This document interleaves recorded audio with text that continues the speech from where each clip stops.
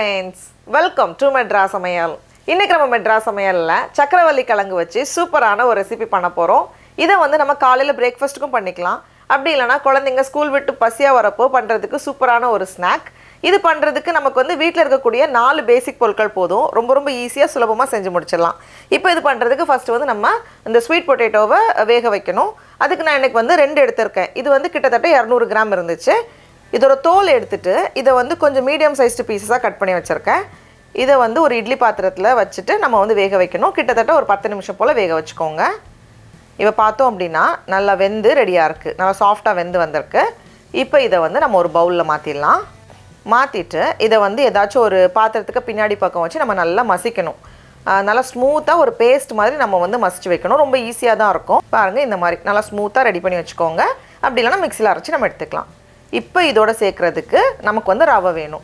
நான் இன்னைக்கு வந்து 1/2 கப் ரவை எடுத்துர்க்கேன். அத வந்து உள்ள சேர்த்துடலாம். அதுக்கு அப்புறமா இது கூட சேர்க்கிறதுக்கு நான் இன்னைக்கு வந்து ஒரு 1/4 கப் போல சர்க்கரை எடுத்துர்க்கேன். உங்களுக்கு வந்து சக்கரவள்ளி கிழங்குல இருக்கக்கூடிய அந்த இனிப்பு போதும் அப்படி நினைச்சீங்கனா நம்ம வந்து எக்ஸ்ட்ரா சர்க்கரை சேர்க்க தேவையில்லை. ஆனா கொஞ்சம் சேர்க்கும்போது இன்னும் டேஸ்ட் நல்லா இருக்கும். ஒருவேளை உங்களுக்கு எக்ஸ்ட்ரா சர்க்கரை வேண்டாம்னு நினைச்சீங்கனா நம்ம செஞ்சு முடிச்சதுக்கு அப்புறமா மேலே வந்து தேன் சேர்த்து கூட நம்ம பரிமாறலாம். அதுவும் நல்லா இருக்கும். நான் வந்து ஒரு 1/4 கப் சர்க்கரை சேர்த்துர்க்கேன். இது வந்து நம்மளோட இனிப்புக்கு ஏற்றவாறு நம்ம அட்ஜஸ்ட் பண்ணிக்கலாம். கூடவே 1/2 கப் பால். நான் வந்து காய்ச்சின பால் தான் எடுத்துர்க்கேன்.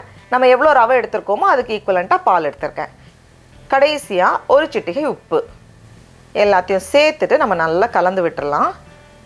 அப்படி கலந்து விடுறப்ப அந்த கலர் நல்லா வரும். பாருங்கள் இந்த மாதிரி கலந்து வச்சுருக்கேன்.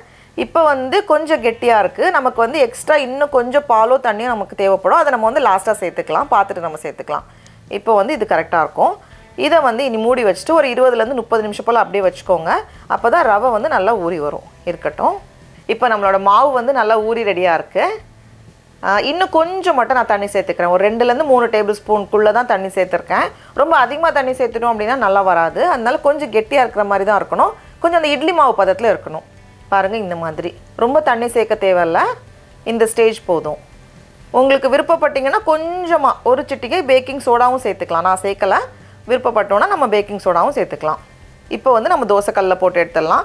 தோசைக்கல்லில் வந்து ஒரு 2 டீஸ்பூன் போல் எண்ணெய் சேர்த்துக்கோங்க. எண்ணெயோ நெய்யோ நம்ம என்ன வேணுமோ நம்ம சேர்த்துக்கலாம். ரொம்ப டீப் ஃப்ரை பண்ணணும்னு தேவையில்லை. கொஞ்சமாக எண்ணெய் சேர்த்தாலே போதும். லைட்டாக ரொம்ப விரிச்சிட வேண்டாம். அப்படி லைட்டாக மட்டும் விரிச்சா போதும். அப்படி அந்த கரண்டி வச்சுட்டு லேசாக விரிச்சிட்டு அதுக்கப்புறமா மேலேயும் வந்து நான் கொஞ்சம் எண்ணெய் சேர்த்துருக்கேன். ரொம்ப அப்படி பொரிக்கிற அளவுக்குலாம் எண்ணெய் தேவையப்படாது. கொஞ்சமாக போதும். அப்படி ட்ரிசில் பண்ணாலே போதும். இப்போது அந்த ஓரங்கள் பார்த்தோம் அப்படின்னா கொஞ்சம் அப்படி கோல்டன் ப்ரௌன் கலர் வந்திருக்கு. கீழே செட் ஆகியிருக்கும். நம்ம அப்படியே நம்ம திருப்பி போட்டுடலாம். திருப்பி போட்டுட்டு 2 பக்கமும் நல்லா வெந்து வரணும். அந்த ஓரங்கள்லாம் நல்லா கிறிஸ்பியாக சூப்பராக வரும். உள்ளே வந்து நல்லா சாஃப்டாக இருக்கும். பாருங்கள் எவ்வளோ அழகாக வந்திருக்குன்னு. திருப்பி போட்டுட்டு எடுக்கும்போது அப்படி குட்டி குட்டி பேன் கேக் போல் அழகாக இருக்கும். மொத்தம் நமக்கு வந்து 4 பொருள் போதும். பாருங்கள் எவ்வளோ ஈஸியான ஒரு ரெசிபின்னு. ரொம்ப நல்லாயிருக்கும். குழந்தைங்க நல்லா விரும்பி சாப்பிடுவாங்க. அந்த ஓரங்கள் வந்து கொஞ்சம் கேரமலைஸ் ஆகி சூப்பராக இருக்கும். இதை வந்து கொஞ்சம் பெருசாக பண்ணுறதுனால பண்ணலாம். ஆனால் நான் வந்து சின்னதாக பண்ணால் நல்லாயிருக்கும். நான் வந்து கொஞ்சம் சின்னதாக பண்ணுறேன். ஒரு கரண்டி மட்டும் யூஸ் பண்ணுறேன். போட்டுட்டு அப்படியே நல்லா ஒரு 2 பக்கமும் நல்லா செட் ஆகி பொரிஞ்சு வந்ததும் நம்ம எடுத்து வெளியே வச்சிடலாம். அவ்வளோதான். அவ்வளோ சூப்பராக இருக்கும். ஒரு ரவை கேசரி சாப்பிட்ட டேஸ்ட் தான் இருக்கும். கண்டிப்பாக அதை நீங்கள் ட்ரை பண்ணி பார்த்துட்டு சொல்லுங்கள். அப்படியே ஒரு கேசரி சாப்பிட்ட ஃபீல் இருக்கும் நமக்கு. டடா, அவ்வளோதான். நம்மளோட சூப்பரான குட்டி குட்டி பேன் கேக் மாதிரி இருக்குது பார்க்குறதுக்கு. இப்போ நம்ம டேஸ்ட் பண்ணி பார்க்கலாமா? அப்படியே ஒரு கேசரி சாப்பிட்ட மாதிரியே இருக்கும். ரொம்ப நல்லாயிருக்கும். இந்த ஓரங்கள் வந்து கொஞ்சம் கிறிஸ்பியாக உள்ளே வந்து அப்படியே கேசரி மாதிரியே இருக்கும் டேஸ்ட்டு. நீங்களும் கண்டிப்பாக இந்த ரெசிபியை வீட்டில் செஞ்சு பாருங்கள். உங்களுக்கு இந்த வீடியோ பிடிச்சிருந்துச்சுன்னா மெட்ராஸ் சமையலுக்கு சப்ஸ்கிரைப் பண்ணுங்கள். நாவின் சுவை அரும்புகள் மலரட்டும்.